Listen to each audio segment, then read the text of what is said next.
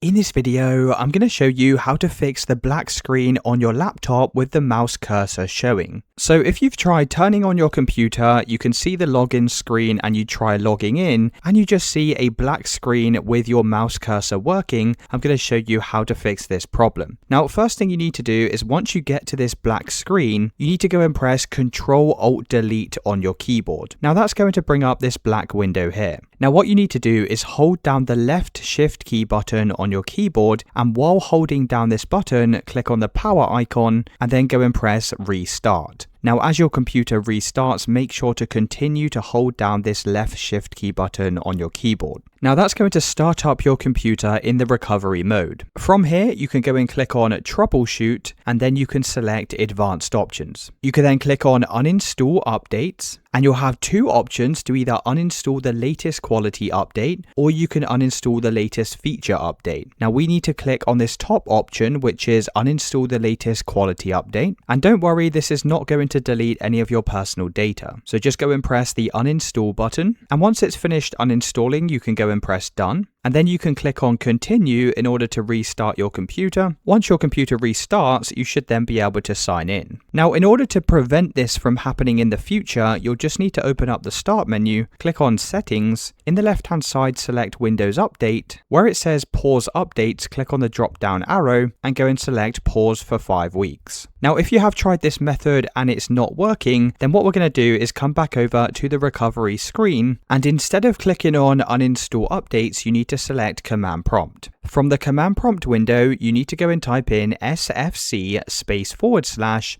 scan now and then press enter. This is going to scan your computer for any corrupted or damaged system files. Once this gets to 100%, you can close out of this window and go and restart your computer. Now, if you have tried all of these steps and it's still not working, you'll need to go and reset your PC. Now to do this, come back over to the recovery window and you'll need to select reset this PC. You'll have two options to either keep your files or to remove everything. We're going to select keep my files. You can then decide how you want to reinstall Windows, either a cloud download or a local reinstall. I'd recommend starting with the cloud download, but if this doesn't work, you can also try the local reinstall. You can then just go through the rest of these steps to perform the reset, and hopefully by now that should have fixed the black screen issue. Let me know in the comments if you found this video helpful.